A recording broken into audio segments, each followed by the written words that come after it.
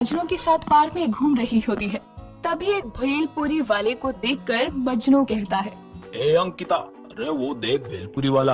ए चल रही, चल भेलपुरी खाने चलते।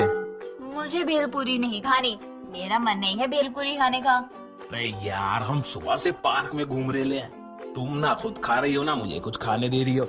मुझे तो भूख लग रही है बहुत तेज, तुम्हें आना है तो आ जाओ। मजनू इतना बोलकर भेलपुरी वाले के पास जाने लगता है और अंकिता भी उसके पीछे पीछे जाती है। मजनू भेलपुरी वाले से बोल ही रहा था कि तभी अंकिता कहती है, भैया एक भेलपुरी बना देना, पाव भाजी में नींबू मारकर। अरे छोरी, ये भेलपुरी वाला है रे, ना कि पाव भाजी वाला। अरे तू क्या बोले जा रही है? और तुझे तो भेलपुरी खानी नहीं है, तो तुम अब क्यों आ गई भेलपुरी खाने? अरे जाना रे। पाव भाजी में नींबू मारकर भैया एक भेलपुरी बना दीजिए। मजनू का क्या है, ये तो बोलता ही रहता है। लगता है मैडम को नींबू बहुत पसंद है, तभी तो बार बार नींबू मांगे जा रही हैं। अरे भाई, ये मैडम नींबू के साथ साथ पाव भाजी भी बोल रही है, वो तो तेरे कान में गई नहीं बात। लगा आप पाव भाजी नींबू मार के, समझा? मजनू, तुम मुझसे आज पहली बार मिल रहे हो ना, तभी तुम्हें पता नहीं है मेरी आदत है पाव भाजी में नींबू मार के। लेकिन कोई बात नहीं, समझ जाओगे जल्दी ही। वो मिले आज पहली बार, लेकिन अपन एक दूसरे को तो काफी टाइम से जानते हैं ना। कोई बात नहीं, धीरे धीरे और भी जान जाओगे पाव भाजी में नींबू मार के। पता नहीं रे तू क्या बोले जा रही है, मेरे भेजे में तो कुछ घुसीच नहीं रहा है। चल तू बताएगी तभी तो मेरे को मालूम पड़ेगा ना। भैया जी, आपको समझ आए ना तो थोड़ा हमें भी समझा दीजिएगा, नींबू मार कर।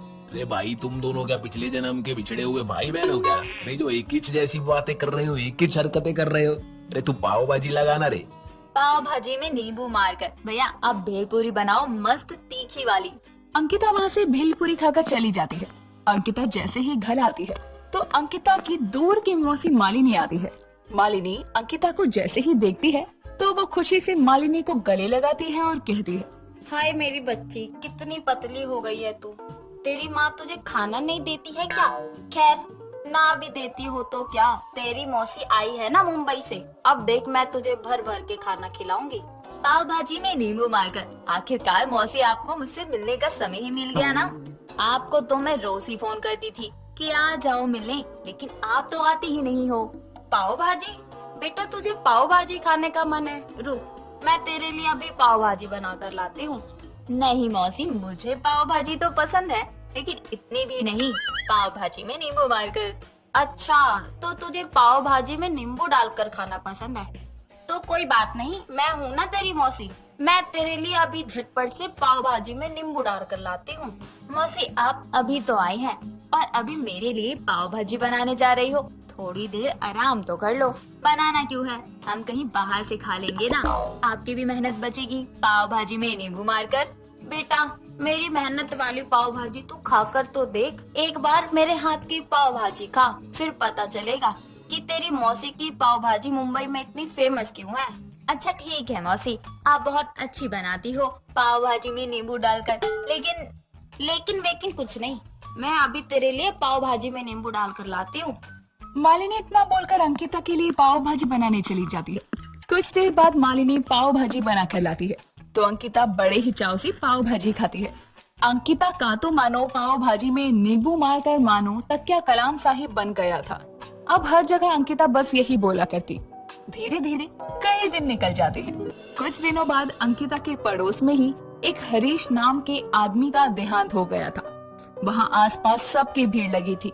तभी अंकिता हरीश की बेटी पूजा के पास आती है और बोलती है, पाव भाजी में नींबू मारकर। यहाँ सफेद टेंट क्यों लगा हुआ है, किसी दर्द तो नहीं हो गई?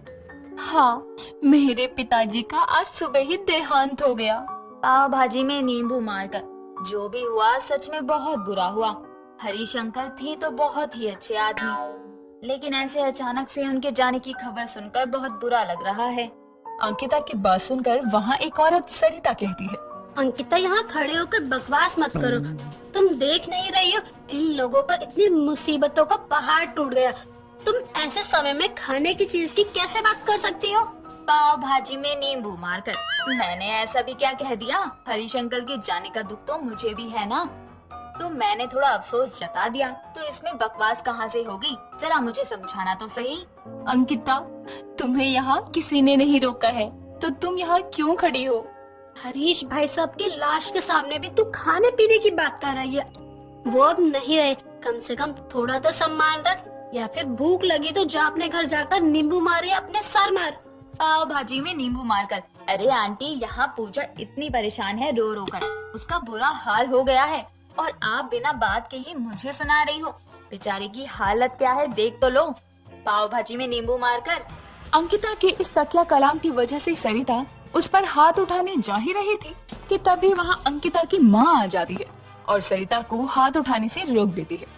कुछ देर में अंकिता को उसकी माँ घर ले आती है और उसके सर पर मारते हुए अंकिता की माँ कहती है, तुझमें थोड़ी सी भी शर्म बची है या फिर वो भी पाव भाजी या नींबू को खरीदने के लिए बेच दिया तूने? माँ, आखिर मैंने क्या किया? मुझे भी तो पूछा कि पापा के जाने का बुरा लग रहा था, लेकिन वहाँ भी सभी लोग मुझे ही सुना रहे थे और यहाँ आप भी मुझे ही बोल रही है पाव भाजी में नींबू मारकर। अरे तू अपनी जुबान पे ताला क्यों नहीं लगा लेती है? वरना तेरी इस जुबान की वजह से पक्का तेरी किस्मत पर ताला जरूर लगेगा। वहाँ सब लोग इतना ज्यादा परेशान हैं और तू सबके आगे पाव भाजी और नींबू की बात करेगी तो कोई तुझसे प्यार से बात करेगा क्या? बिल्कुल बेअकल है। माँ, ये तो लोगों की गलती है ना, पाव भाजी में नींबू मारकर। इसमें मेरा क्या कसूर? मैं तो हमेशा से ही ऐसे ही बात करती हूँ। अब लोगों ने मुझे गलत समझा तो गलत कौन हुए, मैं या वो? मैं तुझे तेरे भले के लिए समझा रही हूँ, अभी समझ जा, वरना कल पिट पिटा के घर आई ना तो यहाँ से पट्टी नहीं लगेगी, बल्कि तेरी तो डबल कुटाई होगी, समझी तू? अंकिता की माँ उसे समझाती तो है, लेकिन ये बात अंकिता को जरा समझ नहीं आती और वो वहाँ से मुंह बनाकर अपने कमरे में चली जाती है। कुछ दिनों के बाद नवरात्रि थी, तो अंकिता की सहेली प्रीति का फर्स्ट होता है। वो दोनों कॉलेज जा रही थी, तभी अंकिता प्रीति से कहती है, पाव भाजी में नींबू मारकर। हाय, कितनी धूप है आज। देख बहन, मेरे 9 दिन के फास्ट चल रहे हैं, तो अभी तो अपना तकिया कलाम पर ताला लगा ले, वरना मैं अभी तो कुछ नहीं करूँगी। लेकिन हाँ, इतना याद रखियो कि मैं तुझे सबक जरूर सिखाऊंगी। चल पागल, पाव भाजी में नींबू मारकर। प्रीति कई बार अंकिता को समझाती है, लेकिन अंकिता नहीं समझती। एक दिन दोनों कॉलेज से घर जा रहे थे, तभी अंकिता का पैर नाले में चला जाता है और वो नाले में गिर चुकी थी। अंकिता को नाले से बाहर निकालने के लिए प्रीति की मदद चाहिए होती है और वो बोलती है, प्रीति मेरी मदद कर, पाव भाजी में नींबू मारकर मेरा पैर शायद फंस गया है, बाहर निकाल मुझे। एक काम कर, पहले तू नींबू और पाव भाजी मार ले। क्या बकवास कर रही है? जल्दी से मुझे निकालना बाहर। मैं नहीं निकाल रही, तू अपनी आदत को तो सुधारती नहीं है, तो पड़े रहे इस नाले में एक दिन। यहाँ पर लोगों के पेट से पाव भाजी और नींबू दोनों ही फ्रेश होकर आ रहे होंगे। यार, तो जो बोलेगी मैं करूँगी, लेकिन पहले तू मुझे निकाल तो सही। अंकिता प्रीति की बात मानने को तैयार हो जाती है और पाव भाजी में नींबू मारकर बोलना ही छोड़ देती है। अंजू बहुत ही शरारती लड़की थी।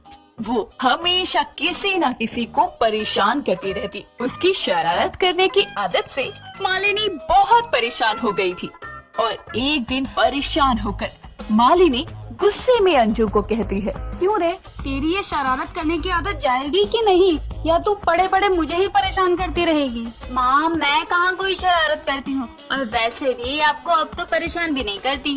तू मुझे परेशान नहीं करती, लेकिन जो बाहर के लोगों को परेशान करती है उसका क्या? वो लोग मुझे आकर ही तो बोलते हैं ना। तो अब क्या मैं बाहर जाना भी छोड़ दूँ? तू कुछ मत कर, अब मैं ही करती हूँ। जो भी करना है मुझे ही करना होगा।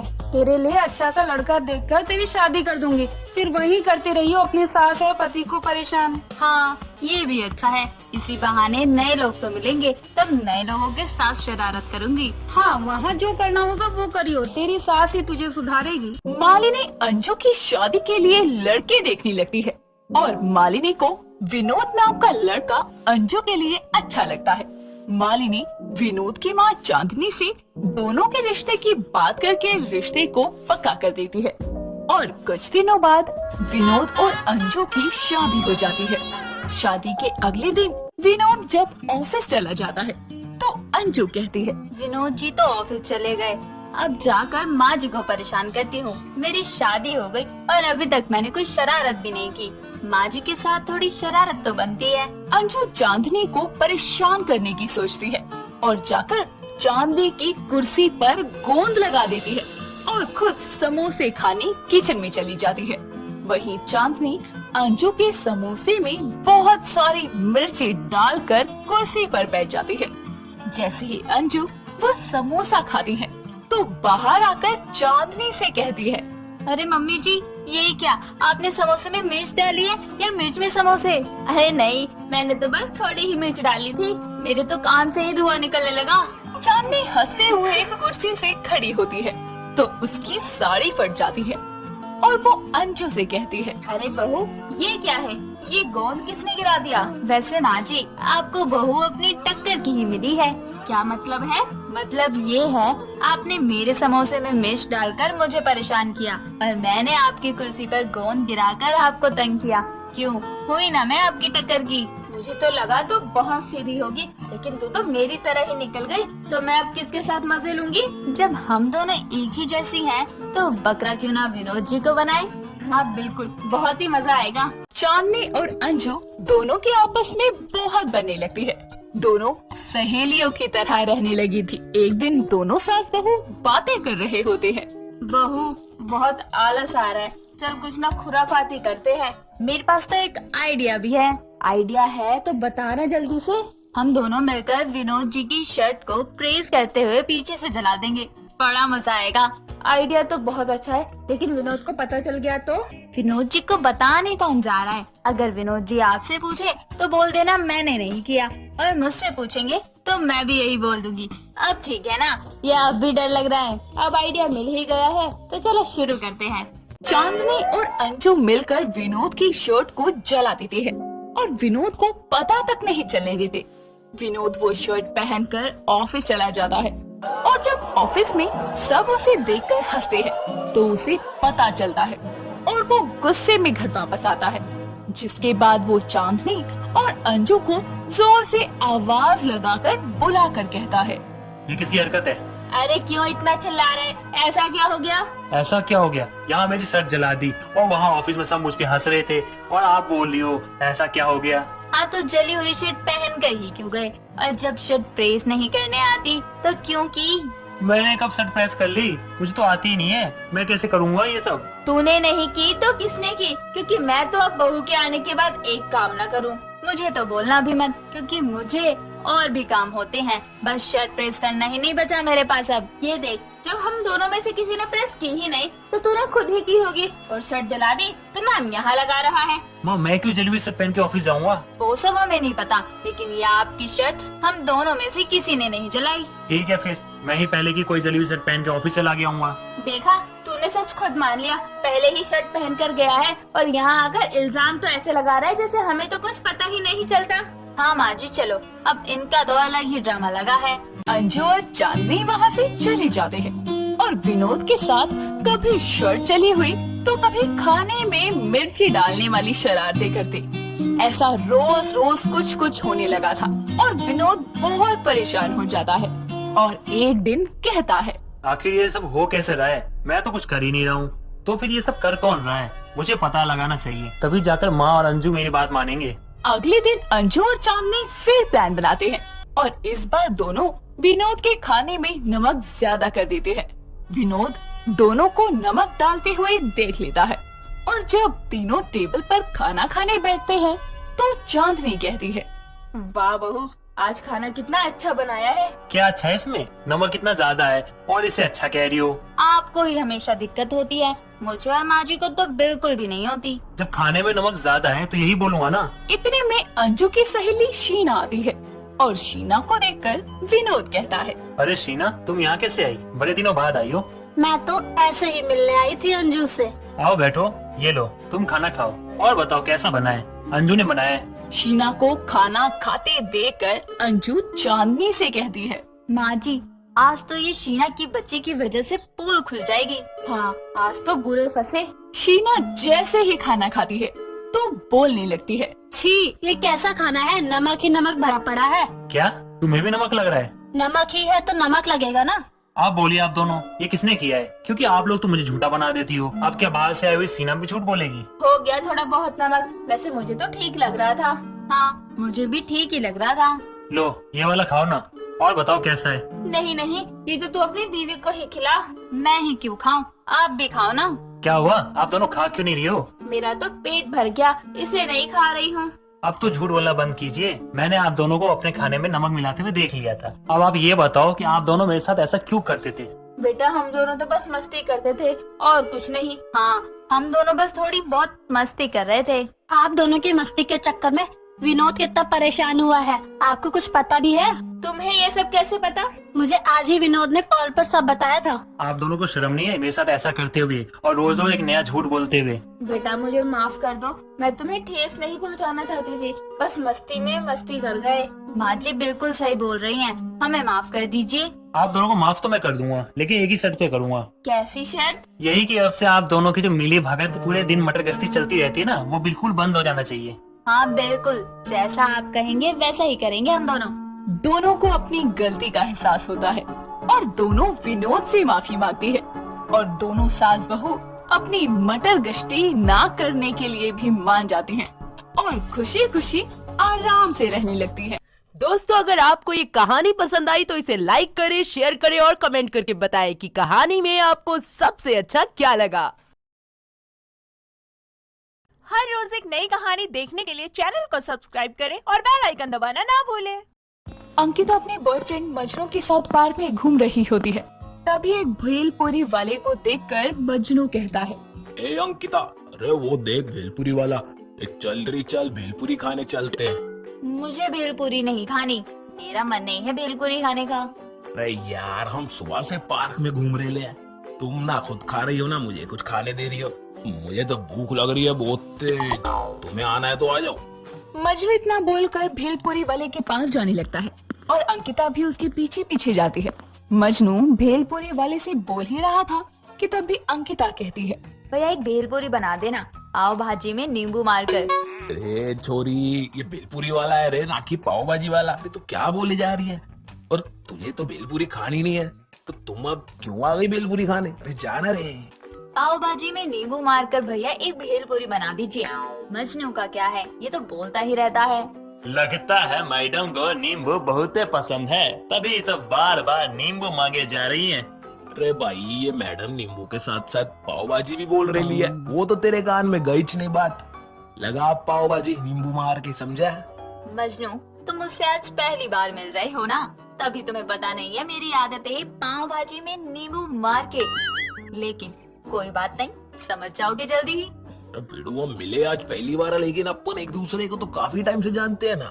कोई बात नहीं, धीरे धीरे और भी जान जाओगे पाव भाजी में नींबू मार के। पता नहीं रे तो क्या बोले जा रही है, मेरे भेजे में तो कुछ घुस ही नहीं रहा है। चल तू बताएगी तभी तो मेरे को मालूम पड़ेगा ना। भैया जी, आपको समझ आए ना तो थोड़ा हमें भी समझा दीजिएगा, नींबू मार कर। अरे भाई, तुम दोनों क्या पिछले जन्म के बिछड़े हुए भाई बहन हो क्या? अरे जो एक ही जैसी बातें कर रहे हो, एक ही हरकतें कर रहे हो। अरे तू पाव भाजी लगाना रे। पाव भाजी में नींबू मारकर। भैया आप भेलपुरी बनाओ मस्त तीखी वाली। अंकिता वहाँ से भेलपुरी खाकर चली जाती है।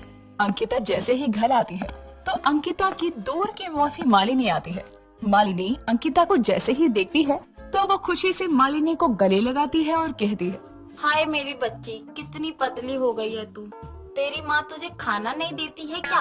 खैर, ना भी देती हो तो क्या, तेरी मौसी आई है ना मुंबई से, अब देख मैं तुझे भर भर के खाना खिलाऊंगी। पाव भाजी में नींबू मारकर। आखिरकार मौसी आपको मुझसे मिलने का समय ही मिल गया ना। आपको तो मैं रोज ही फोन करती थी कि आ जाओ मिलने, लेकिन आप तो आती ही नहीं हो। पाव भाजी? बेटा तुझे पाव भाजी खाने का मन है, रुक मैं तेरे लिए अभी पाव भाजी बना कर लाती हूँ।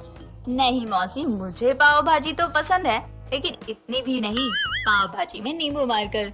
अच्छा, तो तुझे पाव भाजी में नींबू डालकर खाना पसंद है, तो कोई बात नहीं, मैं हूँ ना तेरी मौसी, मैं तेरे लिए अभी झटपट से पाव भाजी में नींबू डाल कर लाती हूँ। मौसी आप अभी तो आई हैं और अभी मेरे लिए पाव भाजी बनाने जा रही हो, थोड़ी देर आराम तो कर लो। बनाना क्यों है, हम कहीं बाहर से खा लेंगे ना, आपकी भी मेहनत बचेगी पाव भाजी में नींबू मारकर।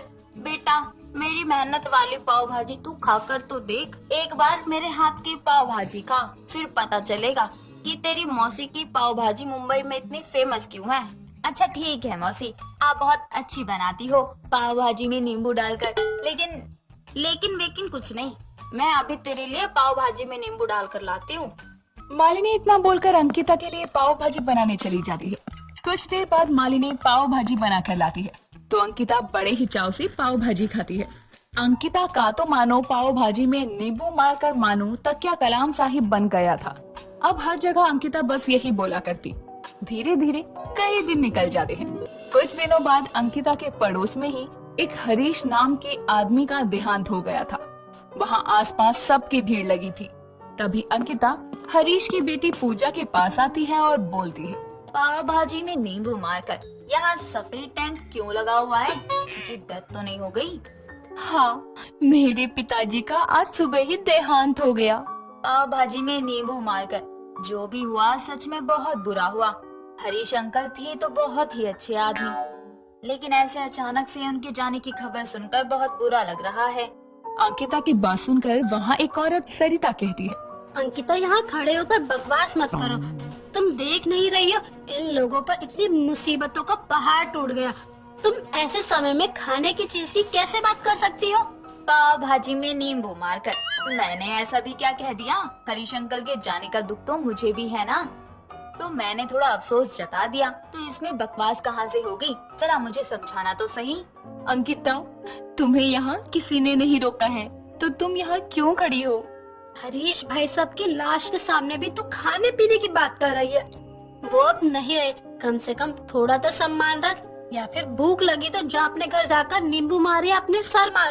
पाव भाजी में नींबू मारकर? अरे आंटी, यहाँ पूजा इतनी परेशान है रो रो कर, उसका बुरा हाल हो गया है और आप बिना बात के ही मुझे सुना रही हो। बेचारे की हालत क्या है देख तो लो। पाव भाजी में नींबू मारकर। अंकिता के इस तकिया कलाम की वजह से सरिता उस पर हाथ उठाने जा ही रही थी कि तभी वहाँ अंकिता की माँ आ जाती है और सरिता को हाथ उठाने से रोक देती है। कुछ देर में अंकिता को उसकी माँ घर ले आती है और उसके सर पर मारते हुए अंकिता की माँ कहती है, तुझमें थोड़ी सी भी शर्म बची है या फिर वो भी पाव भाजी या नींबू को खरीदने के लिए भेज दिया तूने? माँ, आखिर मैंने क्या किया? मुझे भी तो पूजा के पापा के जाने का बुरा लग रहा था, लेकिन वहाँ भी सभी लोग मुझे ही सुना रहे थे और यहाँ आप भी मुझे ही बोल रही हैं पाव भाजी में नींबू मारकर। अरे तू अपनी जुबान पे ताला क्यों नहीं लगा लेती है? वरना तेरी इस जुबान की वजह से पक्का तेरी किस्मत पर ताला जरूर लगेगा। वहाँ सब लोग इतना ज्यादा परेशान हैं और तू सबके आगे पाव भाजी और नींबू की बात करेगी तो कोई तुझसे प्यार से बात करेगा क्या? बिल्कुल बेअकल है। माँ, ये तो लोगों की गलती है ना पाव भाजी में नींबू मारकर, इसमें मेरा क्या कसूर? मैं तो हमेशा से ही ऐसे ही बात करती हूँ। अब लोगों ने मुझे गलत समझा तो गलत कौन हुए, मैं या वो? मैं तुझे तेरे भले के लिए समझा रही हूँ, अभी समझ जा, वरना कल पिट पिटा के घर आई ना तो यहाँ से पट्टी नहीं लगेगी बल्कि तेरी तो डबल कुटाई होगी, समझी तू? अंकिता की माँ उसे समझाती तो है, लेकिन ये बात अंकिता को जरा समझ नहीं आती और वो वहाँ से मुंह बनाकर अपने कमरे में चली जाती है। कुछ दिनों के बाद नवरात्रि थी तो अंकिता की सहेली प्रीति का फास्ट होता है। वो दोनों कॉलेज जा रहे थे। तभी अंकिता प्रीति से कहती है, पाव भाजी में नींबू मारकर? हाय कितनी धूप है आज। देख बहन, मेरे 9 दिन के फास्ट चल रहे हैं तो अभी तो अपना तकिया कलाम पर ताला लगा ले, वरना मैं अभी तो कुछ नहीं करूँगी।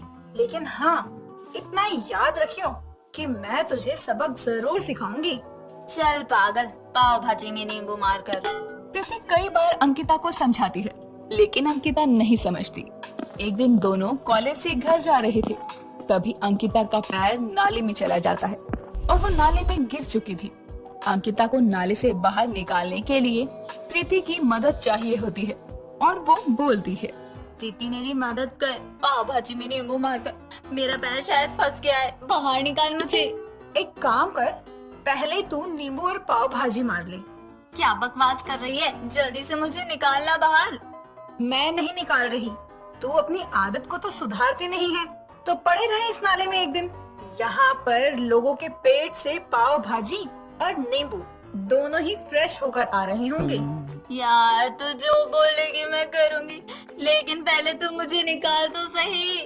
अंकिता पृथ्वी के बाद मानने को तैयार हो जाती है और पाव भाजी में नींबू मारकर बोलना ही छोड़ देती है। अंजू बहुत ही शरारती लड़की थी। वो हमेशा किसी न किसी को परेशान करती रहती। उसकी शरारत करने की आदत से मालिनी बहुत परेशान हो गई थी और एक दिन परेशान होकर मालिनी गुस्से में अंजू को कहती है, क्यों रे, तेरी ये शरारत करने की आदत जाएगी कि नहीं, या तू पड़े पड़े मुझे ही परेशान करती रहेगी? माँ मैं कहाँ कोई शरारत करती हूँ, और वैसे भी आपको अब तो परेशान भी नहीं करती। तू मुझे परेशान नहीं करती, लेकिन जो बाहर के लोगों को परेशान करती है उसका क्या? वो लोग मुझे आकर ही तो बोलते हैं ना। तो अब क्या मैं बाहर जाना भी छोड़ दूँ? तू कुछ मत कर, अब मैं ही करती हूँ। जो भी करना है मुझे ही करना होगा।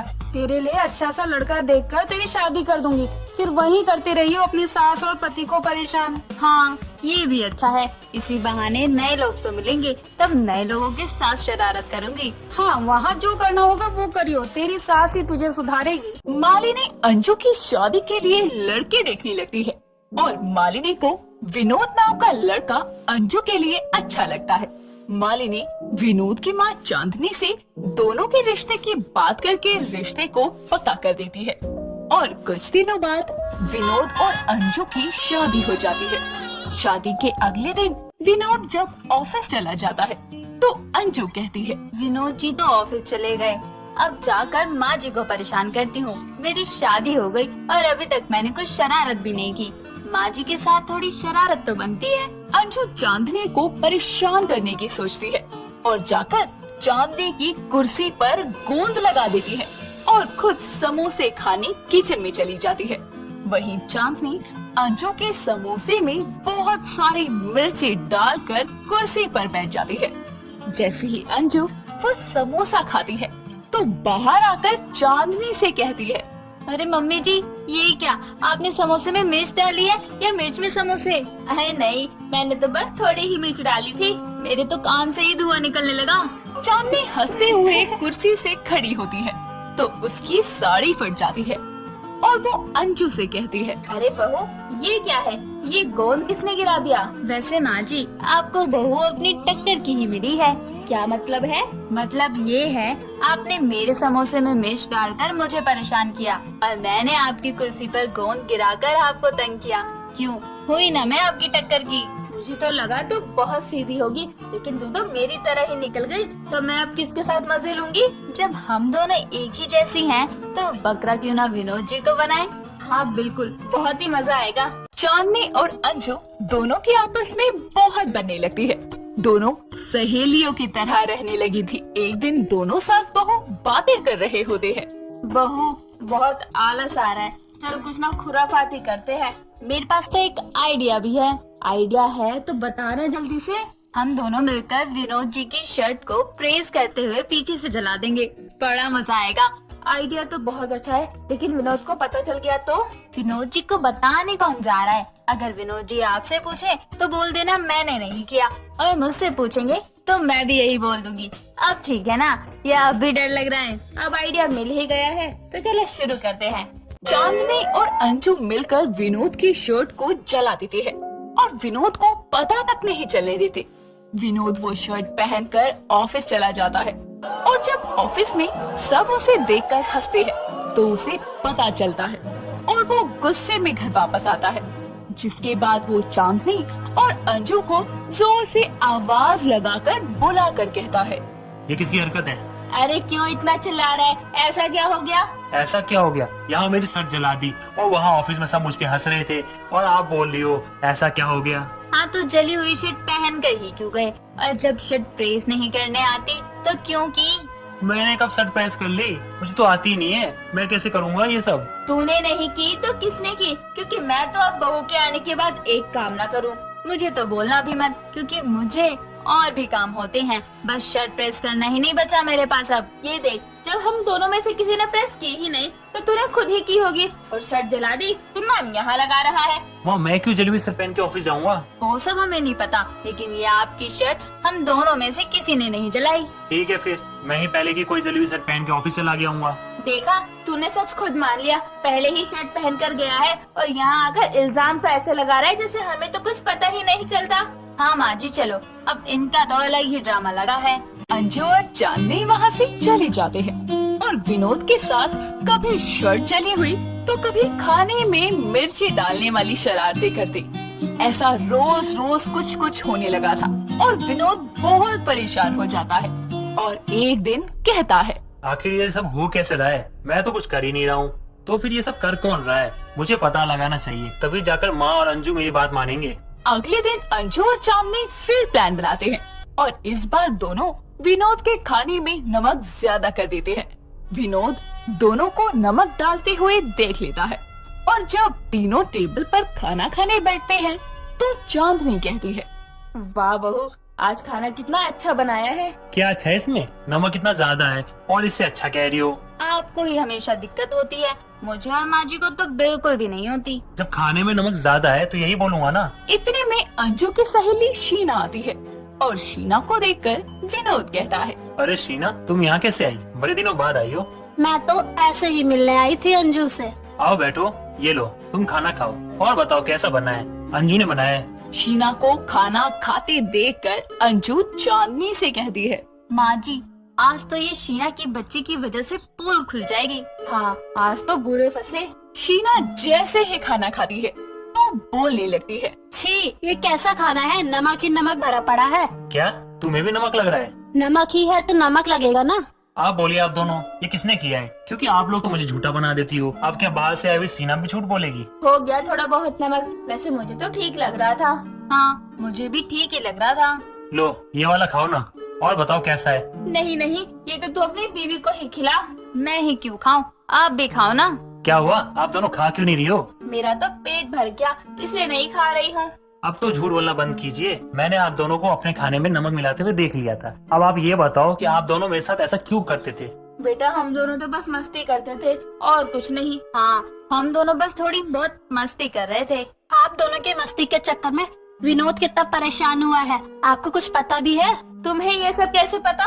मुझे आज ही विनोद ने कॉल पर सब बताया था। आप दोनों को शर्म नहीं है मेरे साथ ऐसा करते हुए और रोज रोज एक नया झूठ बोलते हुए? बेटा, मुझे माफ कर दो, मैं तुम्हें ठेस नहीं पहुंचाना चाहती थी, बस मस्ती में मस्ती कर गए। माँ जी बिल्कुल सही बोल रही हैं, हमें माफ कर दीजिए। आप दोनों को माफ तो मैं कर दूंगा, लेकिन एक ही शर्त पे करूंगा। कैसी शर्त? यही कि अब से आप दोनों की जो मिली भगत पूरे दिन मटर गश्ती चलती रहती है ना, वो बिल्कुल बंद हो जाना चाहिए।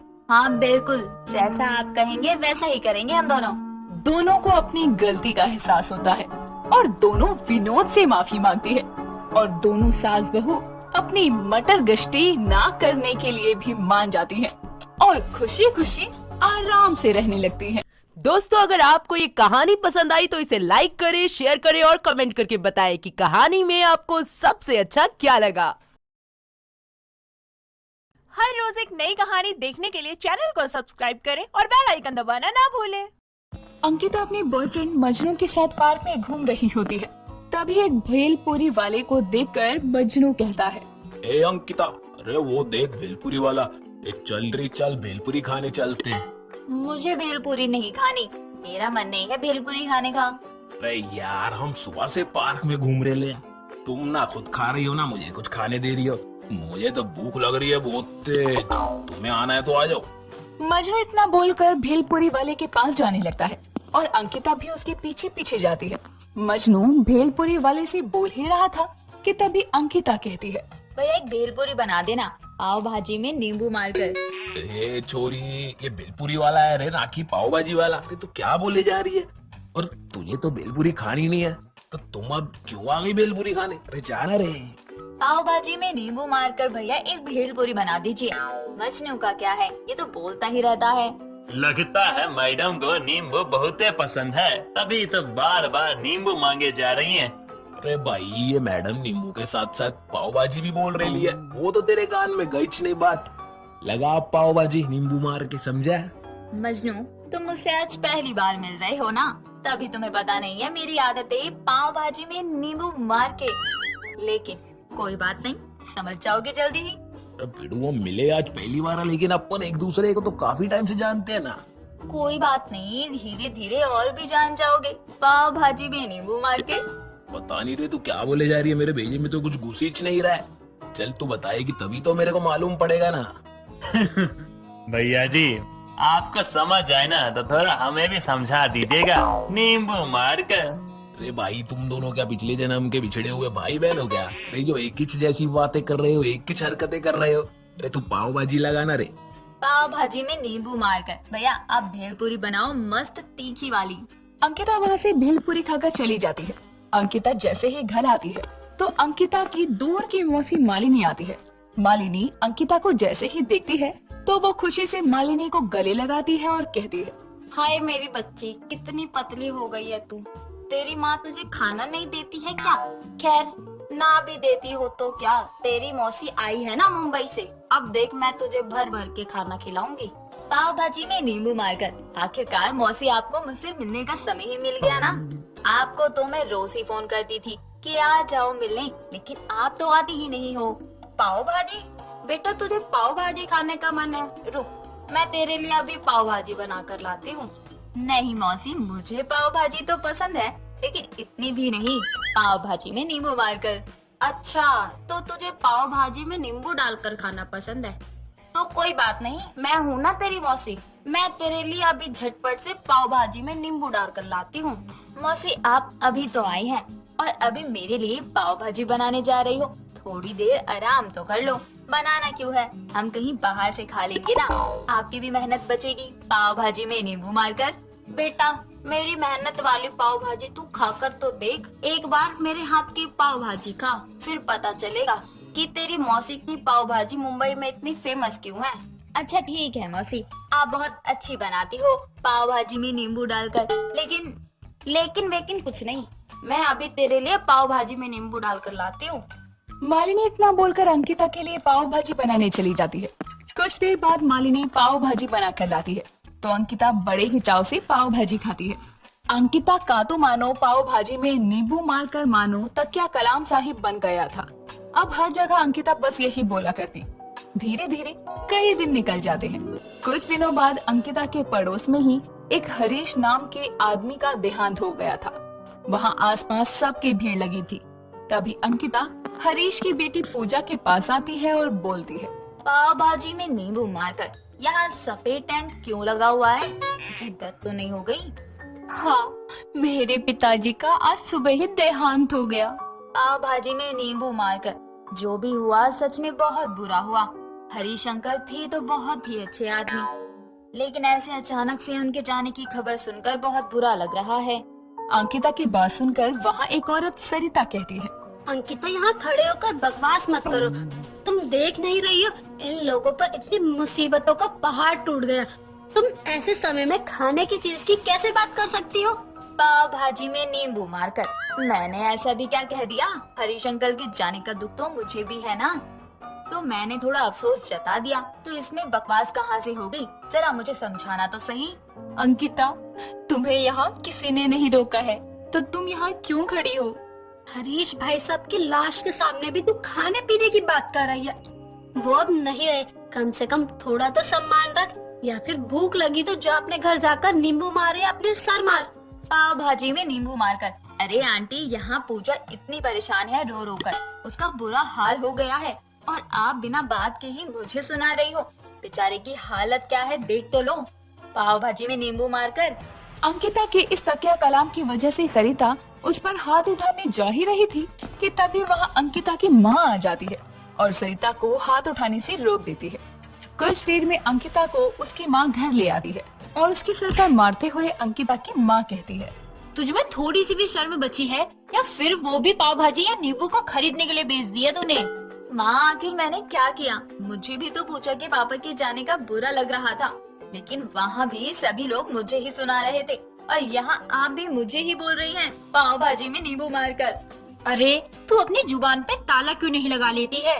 वरना तेरी इस जुबान की वजह से पक्का तेरी किस्मत पर ताला जरूर लगेगा। वहाँ सब लोग इतना ज्यादा परेशान हैं और तू सबके आगे पाव भाजी और नींबू की बात करेगी तो कोई तुझसे प्यार से बात करेगा क्या? बिल्कुल बेअकल है। माँ, ये तो लोगों की गलती है ना, पाव भाजी में नींबू मारकर। इसमें मेरा क्या कसूर? मैं तो हमेशा से ही ऐसे ही बात करती हूँ। अब लोगों ने मुझे गलत समझा तो गलत कौन हुए, मैं या वो? मैं तुझे तेरे भले के लिए समझा रही हूँ, अभी समझ जा, वरना कल पिट पिटा के घर आई ना तो यहाँ से पट्टी नहीं लगेगी बल्कि तेरी तो डबल कुटाई होगी, समझी तू?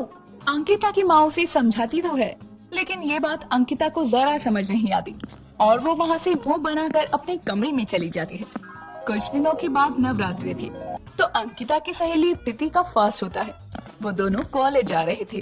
तभी अंकिता प्रीति से कहती है, पाव भाजी में नींबू मारकर, हाय कितनी धूप है आज। देख बहन, मेरे 9 दिन के फास्ट चल रहे हैं तो अभी तू अपना तकिया कलाम पर ताला लगा ले, वरना मैं अभी तो कुछ नहीं करूँगी। लेकिन हाँ, इतना याद रखियो कि मैं तुझे सबक जरूर सिखाऊंगी। चल पागल, पाव भाजी में नींबू मारकर। प्रीति कई बार अंकिता को समझाती है, लेकिन अंकिता नहीं समझती। एक दिन दोनों कॉलेज से घर जा रहे थे। तभी अंकिता का पैर नाले में चला जाता है और वो नाले में गिर चुकी थी। अंकिता को नाले से बाहर निकालने के लिए प्रीति की मदद चाहिए होती है और वो बोलती है, प्रीति मेरी मदद कर, पाव भाजी में नींबू मारकर मेरा पैर शायद फंस गया है, बाहर निकाल मुझे। एक काम कर, पहले तू नींबू और पाव भाजी मार ले। क्या बकवास कर रही है, जल्दी से मुझे निकालना बाहर। मैं नहीं निकाल रही, तू अपनी आदत को तो सुधारती नहीं है तो पड़े रहे इस नाले में एक दिन। यहाँ पर लोगों के पेट से पाव भाजी और नींबू दोनों ही फ्रेश होकर आ रहे होंगे। यार तो जो बोलेगी मैं करूँगी, लेकिन पहले तू मुझे निकाल तो सही। अंकिता प्रीति की बात मानने को तैयार हो जाती है और पाव भाजी में नींबू मारकर बोलना ही छोड़ देती है। अंजू बहुत ही शरारती लड़की थी। वो हमेशा किसी न किसी को परेशान करती रहती। उसकी शरारत करने की आदत से मालिनी बहुत परेशान हो गई थी और एक दिन परेशान होकर मालिनी गुस्से में अंजू को कहती है, क्यों रे, तेरी ये शरारत करने की आदत जाएगी कि नहीं, या तू पड़े पड़े मुझे ही परेशान करती रहेगी? माँ, मैं कहाँ कोई शरारत करती हूँ, और वैसे भी आपको अब तो परेशान भी नहीं करती। तू मुझे परेशान नहीं करती, लेकिन जो बाहर के लोगों को परेशान करती है उसका क्या? वो लोग मुझे आकर ही तो बोलते हैं ना। तो अब क्या मैं बाहर जाना भी छोड़ दूँ? तू कुछ मत कर, अब मैं ही करती हूँ। जो भी करना है मुझे ही करना होगा। तेरे लिए अच्छा सा लड़का देखकर तेरी शादी कर दूंगी, फिर वही करती रहियो अपनी सास और पति को परेशान। हाँ, ये भी अच्छा है, इसी बहाने नए लोग तो मिलेंगे, तब नए लोगों के साथ शरारत करूंगी। हाँ, वहाँ जो करना होगा वो करियो, तेरी सास ही तुझे सुधारेगी। मालिनी अंजू की शादी के लिए लड़के देखने लगती है और मालिनी को विनोद नाम का लड़का अंजू के लिए अच्छा लगता है। मालिनी विनोद की माँ चांदनी से दोनों के रिश्ते की बात करके रिश्ते को पक्का कर देती है और कुछ दिनों बाद विनोद और अंजू की शादी हो जाती है। शादी के अगले दिन विनोद जब ऑफिस चला जाता है तो अंजू कहती है, विनोद जी तो ऑफिस चले गए, अब जाकर माँ जी को परेशान करती हूँ। मेरी शादी हो गई और अभी तक मैंने कोई शरारत भी नहीं की। माँ जी के साथ थोड़ी शरारत तो बनती है। अंजू चांदनी को परेशान करने की सोचती है और जाकर चांदनी की कुर्सी पर गोंद लगा देती है और खुद समोसे खाने किचन में चली जाती है। वहीं चांदनी अंजू के समोसे में बहुत सारी मिर्ची डालकर कुर्सी पर बैठ जाती है। जैसे ही अंजू वो समोसा खाती है तो बाहर आकर चांदनी से कहती है, अरे मम्मी जी, ये क्या, आपने समोसे में मिर्च डाली है या मिर्च में समोसे? अरे नहीं, मैंने तो बस थोड़ी ही मिर्च डाली थी, मेरे तो कान से ही धुआं निकलने लगा। चांदनी हंसते हुए कुर्सी से खड़ी होती है तो उसकी साड़ी फट जाती है और वो अंजू से कहती है, अरे बहू, ये क्या है, ये गोंद किसने गिरा दिया? वैसे माँ जी, आपको बहू अपनी टक्कर की ही मिली है। क्या मतलब है? मतलब ये है, आपने मेरे समोसे में मिर्च डालकर मुझे परेशान किया और मैंने आपकी कुर्सी पर गोंद गिराकर आपको तंग किया। क्यों, हुई ना मैं आपकी टक्कर की? मुझे तो लगा तो बहुत सीधी होगी, लेकिन तू तो मेरी तरह ही निकल गई, तो मैं अब किसके साथ मजे लूंगी? जब हम दोनों एक ही जैसी हैं, तो बकरा क्यों ना विनोद जी को बनाए? हाँ बिल्कुल, बहुत ही मजा आएगा। चांदनी और अंजू दोनों की आपस में बहुत बनने लगती है। दोनों सहेलियों की तरह रहने लगी थी। एक दिन दोनों सास बहू बातें कर रहे होते हैं।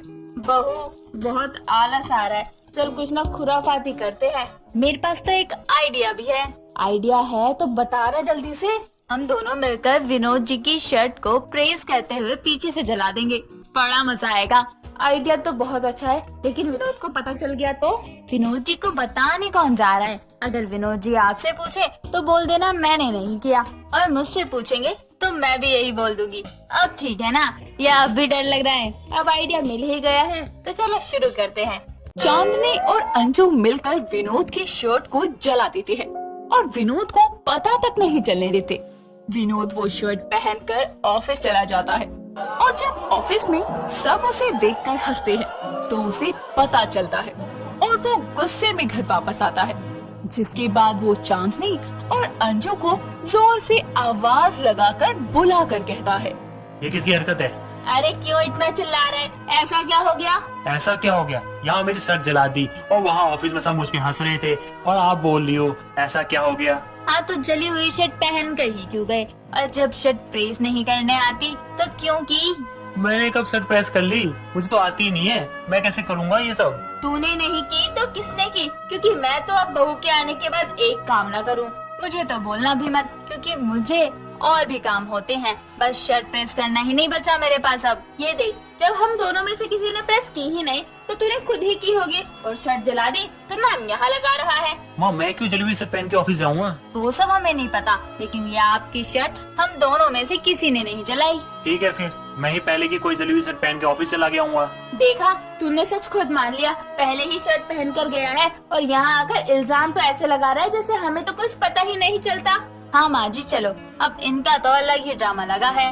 अंजू और चांदनी वहाँ से चले जाते हैं और विनोद के साथ कभी शर्ट जली हुई तो कभी खाने में मिर्ची डालने वाली शरारतें करते। ऐसा रोज रोज कुछ कुछ होने लगा था और विनोद बहुत परेशान हो जाता है और एक दिन कहता है, आखिर ये सब हो कैसे रहा है? मैं तो कुछ कर ही नहीं रहा हूँ, तो फिर ये सब कर कौन रहा है? मुझे पता लगाना चाहिए, तभी जाकर माँ और अंजू मेरी बात मानेंगे। अगले दिन अंजू और चांदनी फिर प्लान बनाते हैं और इस बार दोनों विनोद के खाने में नमक ज्यादा कर देते हैं। विनोद दोनों को नमक डालते हुए देख लेता है और जब तीनों टेबल पर खाना खाने बैठते हैं तो चांदनी कहती है, वाह बहू, आज खाना कितना अच्छा बनाया है। क्या अच्छा है इसमें? नमक इतना ज्यादा है और इससे अच्छा कह रही हो? आपको ही हमेशा दिक्कत होती है, मुझे और माँ जी को तो बिल्कुल भी नहीं होती। जब खाने में नमक ज्यादा है तो यही बोलूंगा ना। इतने में अंजू की सहेली शीना आती है और शीना को देखकर विनोद कहता है, अरे शीना तुम यहाँ कैसे आई? बड़े दिनों बाद आई हो। मैं तो ऐसे ही मिलने आई थी अंजू से। आओ बैठो, ये लो तुम खाना खाओ और बताओ कैसा बना है? अंजू ने बनाया है। शीना को खाना खाते देखकर अंजू चांदनी से कहती है, माँ जी आज तो ये शीना की बच्चे की वजह से पोल खुल जाएगी। हाँ आज तो बुरे फंसे। शीना जैसे ही खाना खाती है तो बोलने लगती है, छी, ये कैसा खाना है? नमक ही नमक भरा पड़ा है। क्या तुम्हें भी नमक लग रहा है? नमक ही है तो नमक लगेगा ना। आप बोलिए आप दोनों, ये किसने किया है? क्योंकि आप लोग तो मुझे झूठा बना देती हो। आप क्या बाहर से आई हुई शीना भी झूठ बोलेगी? हो गया थोड़ा बहुत नमक, वैसे मुझे तो ठीक लग रहा था। हाँ मुझे भी ठीक ही लग रहा था। लो ये वाला खाओ ना और बताओ कैसा है? नहीं नहीं, ये तो तू अपनी बीवी को ही खिला, मैं ही क्यों खाऊं? आप भी खाओ ना। क्या हुआ, आप दोनों खा क्यों नहीं रही हो? मेरा तो पेट भर गया इसलिए नहीं खा रही हूँ। अब तो झूठ बोलना बंद कीजिए। मैंने आप दोनों को अपने खाने में नमक मिलाते हुए देख लिया था। अब आप ये बताओ कि आप दोनों मेरे साथ ऐसा क्यों करते थे? बेटा हम दोनों तो बस मस्ती करते थे और कुछ नहीं। हाँ हम दोनों बस थोड़ी बहुत मस्ती कर रहे थे। आप दोनों के मस्ती के चक्कर में विनोद कितना परेशान हुआ है, आपको कुछ पता भी है? तुम्हें ये सब कैसे पता? मुझे आज ही विनोद ने कॉल पर सब बताया था। आप दोनों को शर्म नहीं है मेरे साथ ऐसा करते हुए और रोज रोज एक नया झूठ बोलते हुए? बेटा मुझे माफ कर दो, मैं तुम्हें ठेस नहीं पहुंचाना चाहती थी, बस मस्ती में मस्ती कर गए। माँ जी बिल्कुल सही बोल रही हैं, हमें माफ कर दीजिए। आप दोनों को माफ तो मैं कर दूंगा, लेकिन एक ही शर्त पे करूंगा। कैसी शर्त? यही कि अब से आप दोनों की जो मिली भगत पूरे दिन मटर गश्ती चलती रहती है ना, वो बिल्कुल बंद हो जाना चाहिए। हाँ बिल्कुल, जैसा आप कहेंगे वैसा ही करेंगे हम दोनों। दोनों को अपनी गलती का एहसास होता है और दोनों विनोद से माफी मांगती है और दोनों सास बहू अपनी मटर गश्ती ना करने के लिए भी मान जाती है और खुशी खुशी आराम से रहने लगती है। दोस्तों अगर आपको ये कहानी पसंद आई तो इसे लाइक करें, शेयर करें और कमेंट करके बताएं कि कहानी में आपको सबसे अच्छा क्या लगा। हर रोज एक नई कहानी देखने के लिए चैनल को सब्सक्राइब करें और बेल आइकन दबाना ना भूलें। अंकिता अपने बॉयफ्रेंड मजनू के साथ पार्क में घूम रही होती है। तभी एक भेलपुरी वाले को देखकर मजनू कहता है, ए अंकिता, अरे वो देख भेलपुरी वाला, चल रही, चल भेलपुरी खाने चलते हैं। मुझे भेलपूरी नहीं खानी, मेरा मन नहीं है भेलपूरी खाने का। अरे यार, हम सुबह से पार्क में घूम रहे हैं, तुम